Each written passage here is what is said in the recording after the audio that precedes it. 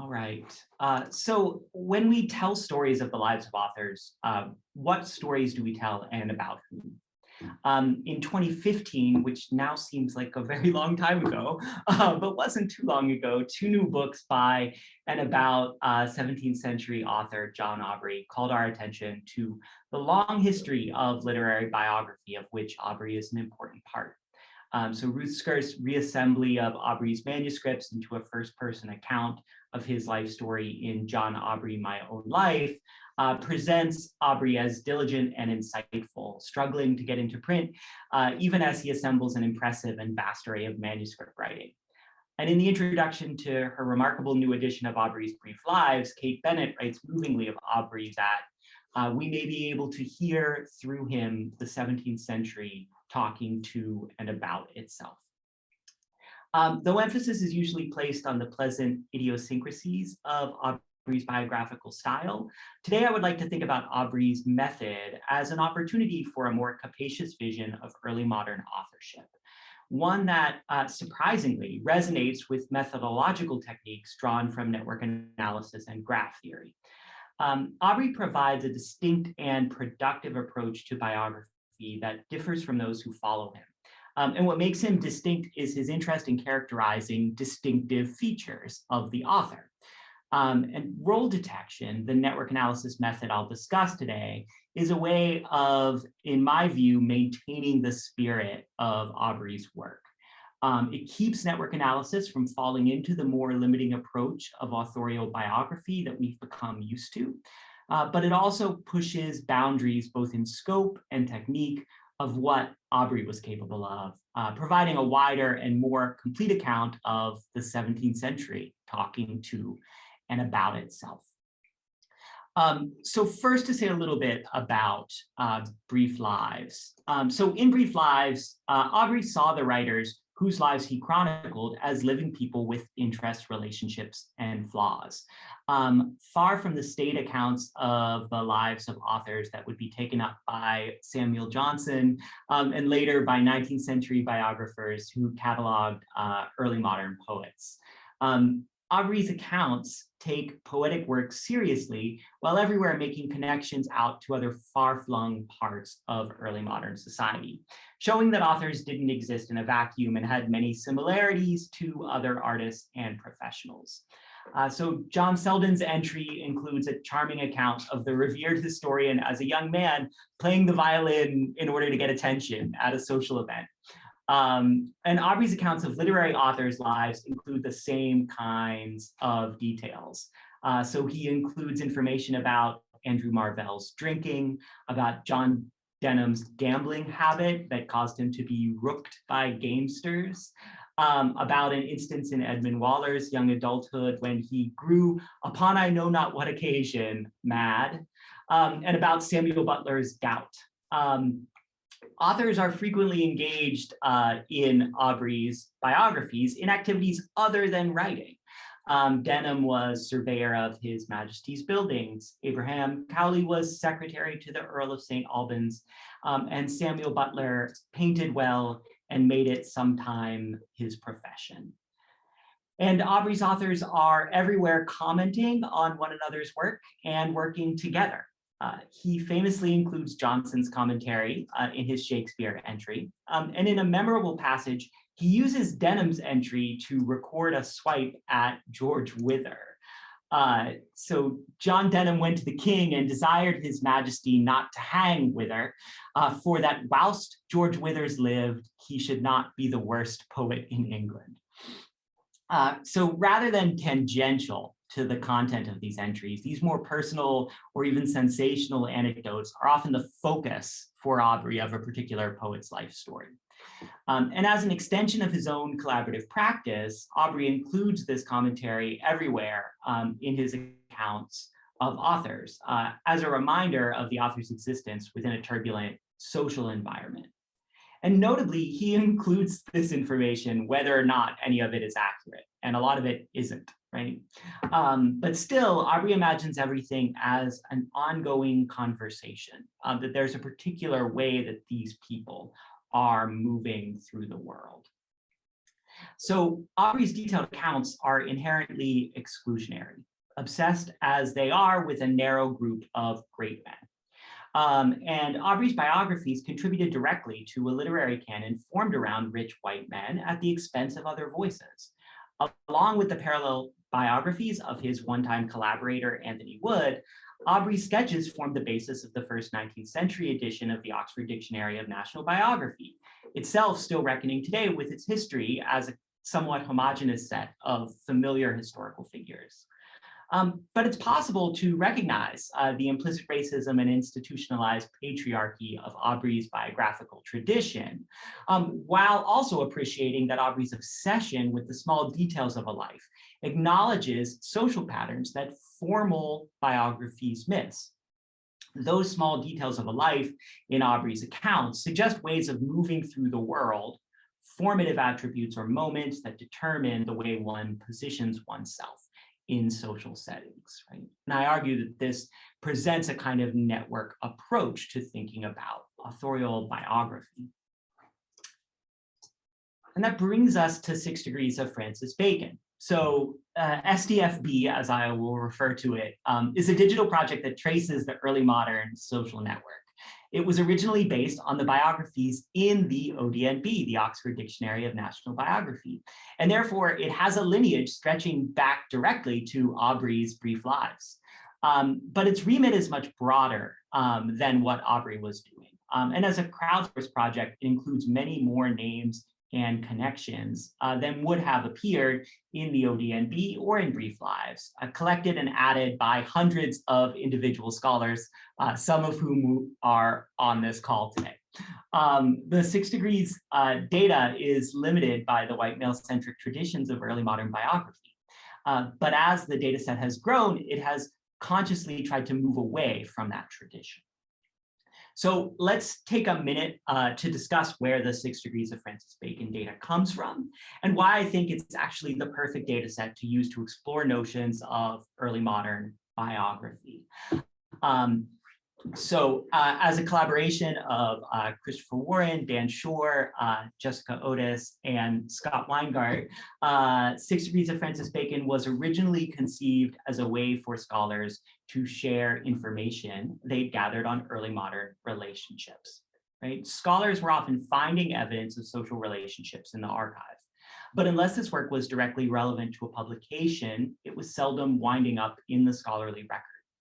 So the notion was that a crowdsourcing website, or what SDFB has named a scholar sourcing website, would allow these findings to have a home and would let other investigators explore and gain insight from a broader network of relationships. But in order for that to work, you need a starting point network that people can add to, right? So as that starting point, SDFB researchers, and this is before I started on the project, used named entity recognition to find co-occurring names in the Oxford Dictionary of National Biography entries, and then engaged in a longhand curation process of that data led by Jeff Lucas. Co-occurrence data to a graph not directly, but use a probability inference process. All this was intended as a starting point for the site, which I worked on as a research fellow for the project in 2017, which allows scholars to add new people and new connections. So you see that site here in this screenshot, and it's actually showing you the portion of the network centered around Aubrey. So we can see some of Aubrey's immediate connections, those pink nodes, and some of Aubrey's second order connections, the people who his connections knew in those white nodes with the pink border. So while the 6 Degrees of Francis Bacon website remains a crucial scholarly resource, 6 Degrees of Francis Bacon, the data set, is arguably even more important. It contains not simply an attempt to record who knew whom in the period, but a record of scholarly consensus and assumptions about social relations as recorded in the ODNB. And while it bears some of the biases of these assumptions, it also reflects not only an idea of the early modern social network, but the patterns and habits of early modern biography, patterns that Aubrey helped to establish. In this way, SDFB is the ideal data to use as a reflection of the histories of biographical practices in the period. And because of this history, 6 Degrees of Francis Bacon can be somewhat tricky to work with. Let me give one example. So 6 Degrees of Francis Bacon spans more than 200 years of history. It tries to capture relationships between 1500 and 1700, and as such winds up capturing relationships that extend a little bit beyond either of those century borders as well.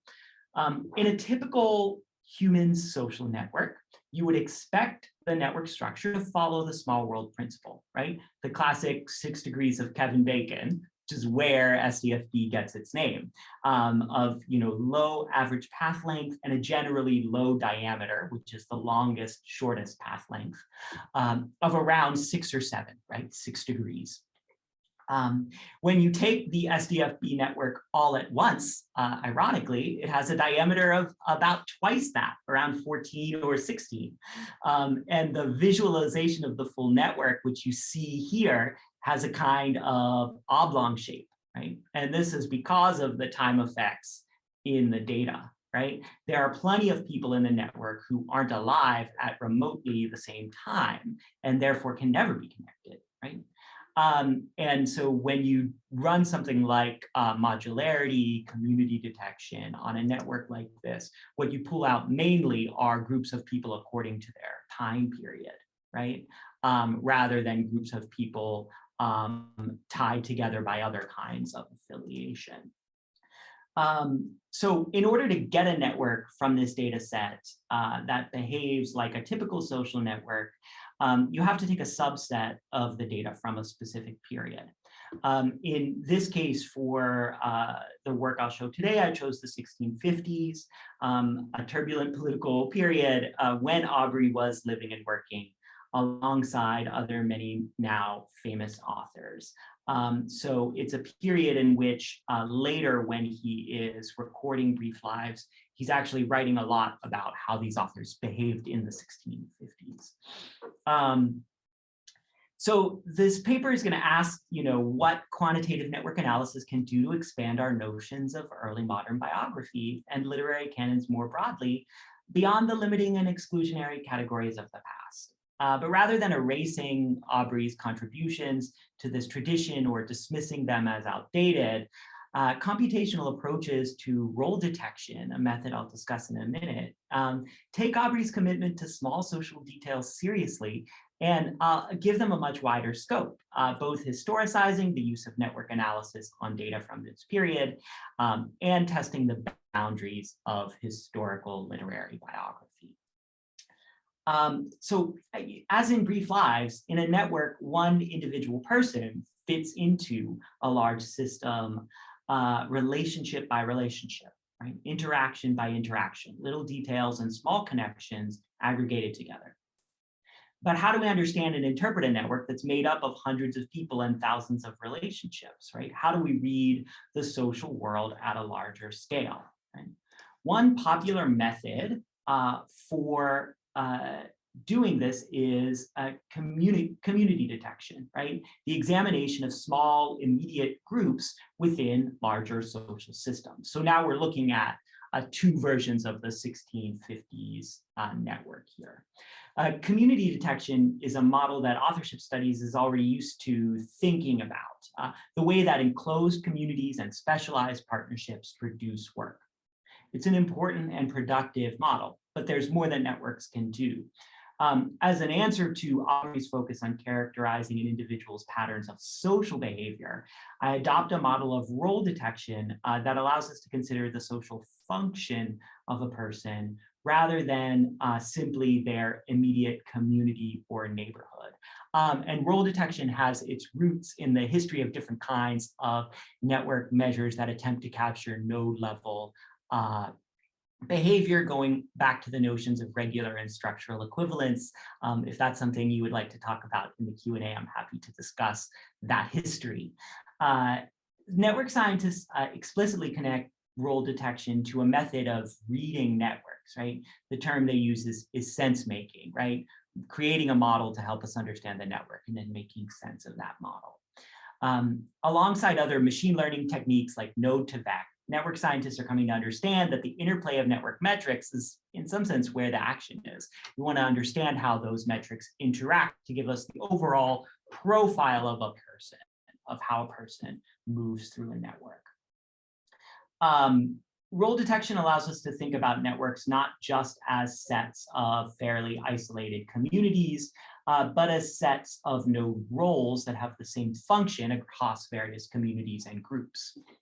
This social function, with its emphasis on the labor of relationality, the way a person works in the world rather than simply who they know, more closely, in my view, matches Aubrey's vision of authorial activity, both in his writerly practice and in the way he treats authors and writers across disciplines. So to get into a little bit more detail, role detection is a method for categorizing the nodes in a network based on their metrics or attributes. Attributes measure various network properties, such as how many connections or relationships each node has, its degree, how many paths pass through a node, its betweenness, and so on. Unlike community detection, right, which also groups nodes based on network metrics, role detection attempts to determine a node's structural behavior rather than its immediate clique or community. So let's look at the community detection graph a little bit more closely for a second. This is showing the 6 degrees of Francis Bacon graph from 1650 to 1659. Nodes have been colored according to their communities from Louvain modularity community detection. And the nodes are organized into clusters of different colors, right? Where adjacent nodes tend to have the same color or group assignment, right? The future King James II is a large node in the center of that pale purple cluster of his supporters and allies to the right. I don't know if you can see my cursor. While Henry Oldenburg, an instrumental member of the Royal Society, is in a cluster of writers and intellectuals to the left of the graph.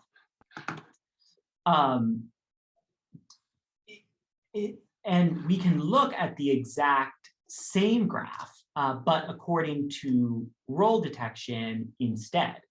So rather than grouping nodes that are directly adjacent to one another in clusters, role detection shows nodes of the same type as the same color, right?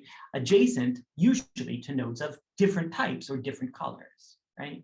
And this is because role detection is more interested in the structural or social function of a node and less on its immediate surrounding community, right? And in this graph, James II and Oldenburg are actually in the same group, that same role of red hubs, right? Nodes that attract many connections and relationships, right?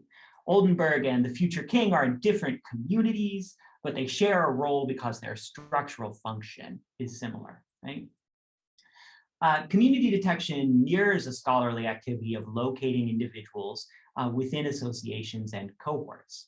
Right? While it's helpful to see these associations mapped on to a network graph, it's not always necessary to use network analysis in order to understand how small, tight-knit groups operate.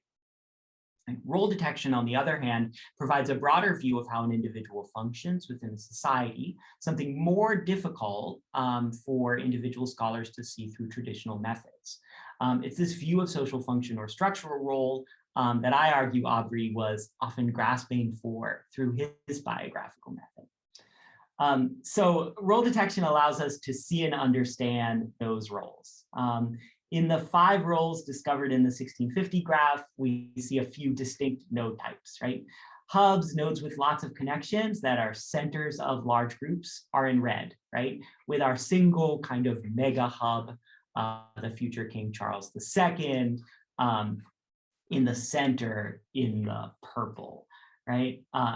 Brokers or bridges, nodes that are important connectors between different parts of the graph, while not having too many direct connections, are the nodes you see in yellow and green, right? And peripheral nodes in blue and pink are on the outside of groups and connect to the rest of the graph through brokers, hubs, and bridges, right? the borders of these groups are messy and less conclusive than we'd like them to be, right? This isn't something that we can simply lay over the network and say, well, we sort of solved the problem of structural roles, right? But role detection is interested, as Aubrey was, in how nodes get to be in these categories, right? Contrary to later logics of canon formation, which reify strict categorizations that networks actually, I think, don't allow, force us to think outside of. Aubrey in role detection draws a map of the social world that's kind of mired in the messy details, right? But unlike Aubrey, the networks give us an opportunity to see how these phenomena work in a sample of people much larger and much broader than the one Aubrey identifies. So how do we make sense of the different roles we find in a network? Well, we can calculate means of metrics, normalized metrics for different node groups and get a sense of how they are formed, right? So role 4, which is the role that includes just Charles II, right, has much higher measures that are based on degree, page rank, and degree than every other group, right?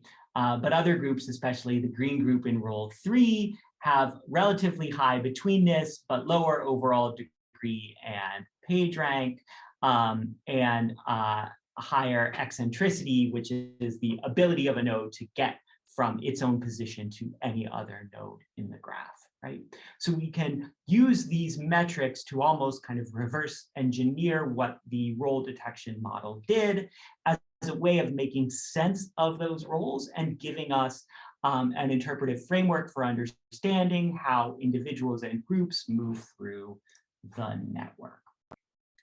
We can take that a step farther in terms of the 2 standard methods that the role detection library I use, called RoleX, uses for sense making. These are called node sense and neighbor sense. Node sense is an aggregate account of the metrics for each role that I just showed you. I'm using degree, which is the number of connections for each word, betweenness, the number of unique paths that pass through a node, page rank, an extension of degree that looks at a node's degree and the degree of its neighbors. It's actually the centrality measure developed by the Google search engine. The clustering coefficient, the extent to which a node is a member of enclosed 3-node triangles, a measure of its connectivity, and eccentricity, the length of the path from the source node to the node that is farthest away. So how much in the center of a network is a node. Taken together, these metrics can help us understand whether nodes in a role are central or peripheral, whether they act as brokers between groups or exist in isolated clusters, right? And so what these node sense graphs are showing you is the extent to which each metric contributed to the identification for that group. So rather than showing you how much of that particular metric is actually in that group, as I did on the last graph, this is showing you something about how the model worked. These graphs, they use the same color schemes as the node labels, so it's easier to match nodes with their properties. Purple and red hub nodes have higher degree and page rank. Lots of nodes are connected directly to them, right?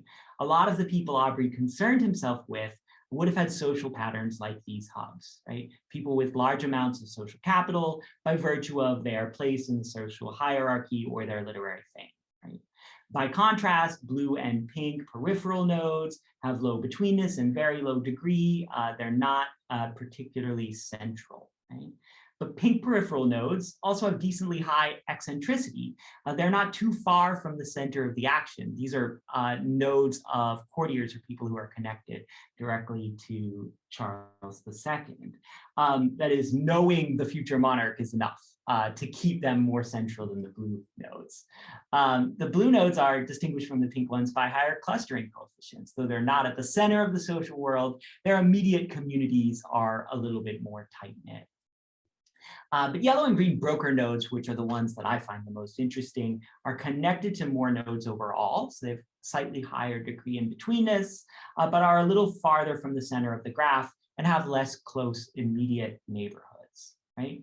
A yellow or green node could connect you to a new community or group, right? While a pink node may only know one big group to connect you to, right? Authorial occupation in the early modern period doesn't pigeonhole an author into a particular kind of social function. I want to be clear about that. Authors and writers are scattered across all of the roles here. We could go looking for particular authors and find them in almost every one of these roles, right? But as in Aubrey, we see that there are patterns to social activity which govern access to resources, creative energy, and social capital, right? But there's another way of thinking about how this model works, and that's neighbor sense. So we've heard it so many times when it comes to networks, it's who you know that matters, right? Role detection gives us a way of discussing this crucial property of networks through neighbor sense. So it also determines a node's role based on what other kinds of nodes it is associated with, right? The roles are characterized by the nodes to which they are typically tied. So peripheral nodes, for example, may always be tied to broker nodes, while hubs tend to be connected to a certain proportion of peripheral nodes and bridges, right? As I've already discussed, a hallmark of Aubrey's biographies is his emphasis on the conversational nature of literary culture. A writer becomes who they are because of their friends, family, mentors, and acquaintances. Right? Neighbor sense takes this a step farther. The types of nodes in the immediate vicinity of a node help to determine that node's social role, right? Or help to determine something about who that person will become socially. Right? The values for neighbor sense are graphed here similarly to what you see for node sense.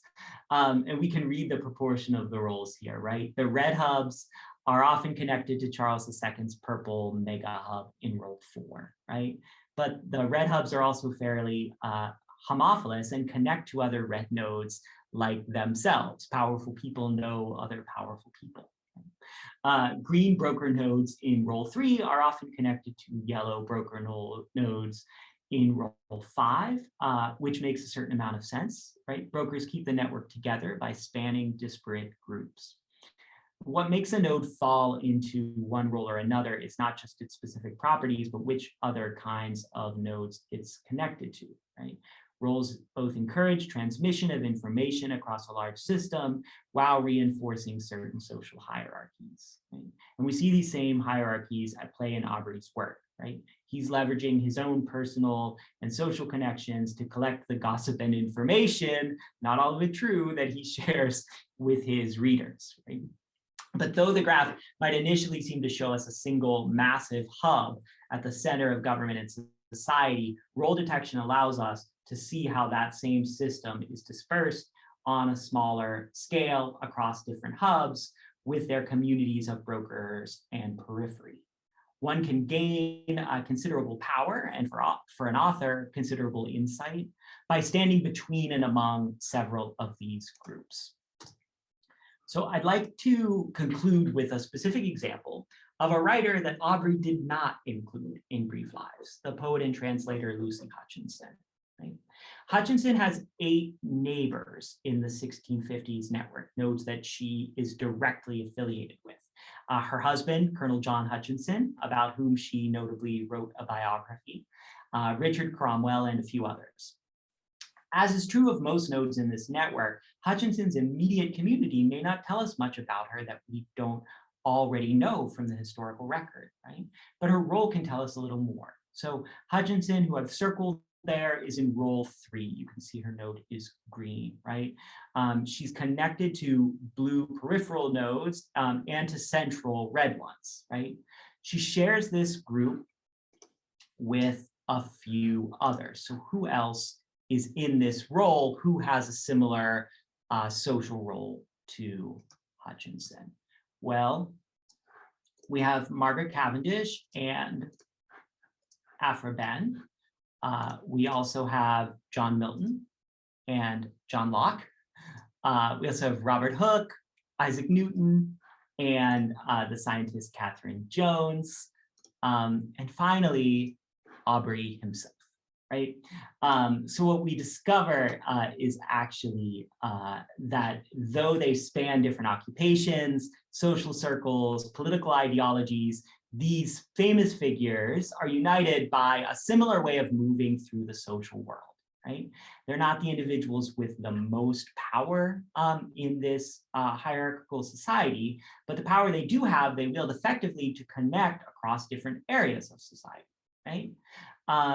And it's quite striking, I think, that Hutchinson shares this role with Aubrey, right? The parallels between them are kind of surprising. Both are producing written work across different genres. Both are writing intimate biographies, and both are working mostly in manuscript on writing that will gain them literary fame only after their deaths, right? Role detection suggests that this is more than a coincidence, right? That the way that a person moves among others in a social network can help us understand their similarity to others who approach sociality in the same way, right? Aubrey may have overlooked Hutchinson in Brief Lives, but role detection suggests an important connection between these two enigmatic 17th century authors. Right? In Aubrey, what we find is an investment in the networked labors of authors and those adjacent to them. Right? A vision of authorship that follows from Aubrey should respect the intertwined personal narratives that he draws out of his factoids and anecdotes about a given author's many relationships. While other accounts of authorships may have strayed from this model, using the ODNB's biographies to reconstruct the early modern social network, which is what 6 Degrees of Francis Bacon does, we can see that Aubrey too accounted for a fuller picture of the world, that picture of the world that Aubrey himself so painstakingly tried to set down in Brief Lives. So thank you very much, and I'm looking forward to having a conversation about this.